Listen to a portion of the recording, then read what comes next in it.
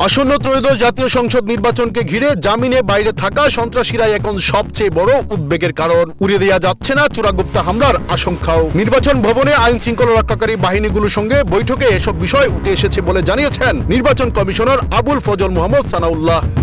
রোববার অনুষ্ঠিত ওই বৈঠকে স্বরাষ্ট্র মন্ত্রণালয় সহ বিভিন্ন বাহিনীর প্রতিনিধিদের সঙ্গে তফসিল ঘোষণার পর উদ্ভূত পরিস্থিতি, ভবিষ্যৎ কৌশল ও করণীয় নিয়ে আলোচনা হয়। কমিশনার জানান, সাম্প্রতিক সময়ে শরীফ ওসমান হাদির ওপর চোরাগুপ্তা হামলার ঘটনা সবাইকে গভীরভাবে উদ্বিগ্ন করেছে।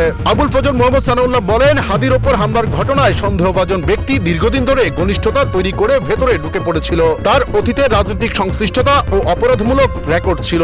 আলোচনায় উঠে এসেছে, যেসব সন্ত্রাসী আগে গ্রেপ্তার হয়েছিল তাদের একটি বড় অংশ বর্তমানে জামিনে মুক্ত হয়ে সমাজে ঘুরে বেড়াচ্ছে, যা নির্বাচন কমিশনের জন্য উদ্বেগজনক। বৈঠকে আরো আলোচনা হয়, এই হামলাগুলো কোনো বড় পরিকল্পনার অংশ কিনা নাকি বিচ্ছিন্ন ঘটনা। পাশাপাশি নির্বাচন অফিসে আগুন দেওয়ার চেষ্টা ও অন্যান্য সাম্প্রতিক নাশকতার ঘটনাও আলোচনায় আসে। নির্বাচন কমিশনার জানান, বৈঠকের মূল লক্ষ্য ছিল এ ধরনের হামলার পুনরাবৃত্তি যেন না ঘটে এবং নির্বাচন বানচালের চেষ্টা করলে কঠোর হাতে দমন করা হবে। আইন শৃঙ্খলা বাহিনীগুলো একক কণ্ঠে আশ্বস্ত করেছে, নির্বাচন প্রতিহত করার সব অপচেষ্টা ব্যর্থ হবে। তিনি বলেন, ডিটারেন্স তৈরি করতে চেকপোস্ট বাড়ানো, জামিনে মুক্ত সন্ত্রাসীদের গ্রেপ্তার, অবৈধ ও হারিয়ে যাওয়া অস্ত্র উদ্ধারে অভিযান জোরদার করার কথা বলা হয়েছে। রেবেল হান্ট নামের যৌথ অভিযান আবার শুরু হয়েছে বলেও কমিশনকে জানানো হয়েছে। গোয়েন্দা তৎপরতা জোরদার, বিভিন্ন বাহিনীর গোয়েন্দা তথ্য সমন্বয় এবং সীমান্ত এলাকা, বিশেষ করে দক্ষিণ পূর্বাঞ্চল ও রোহিঙ্গা অধ্যুষিত এলাকায় বাড়তি নজরদারির ওপর গুরুত্ব দেওয়া হয়েছে।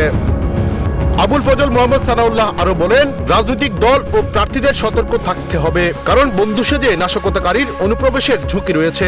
একই সঙ্গে সোশ্যাল মিডিয়ায় অপতথ্য ও বিভ্রান্তি ছড়ানোর বিষয়েও সতর্কতা জারি করা হয়েছে। তিনি জানান, সাইবার সিকিউরিটি সেলগুলো সক্রিয় রয়েছে এবং নির্বাচনের দিকে বিশেষ নজর দিচ্ছে। অপতথ্যের বিস্তার পুরোপুরি বন্ধ না করা গেলেও নিয়ন্ত্রণে আনার চেষ্টা চলছে।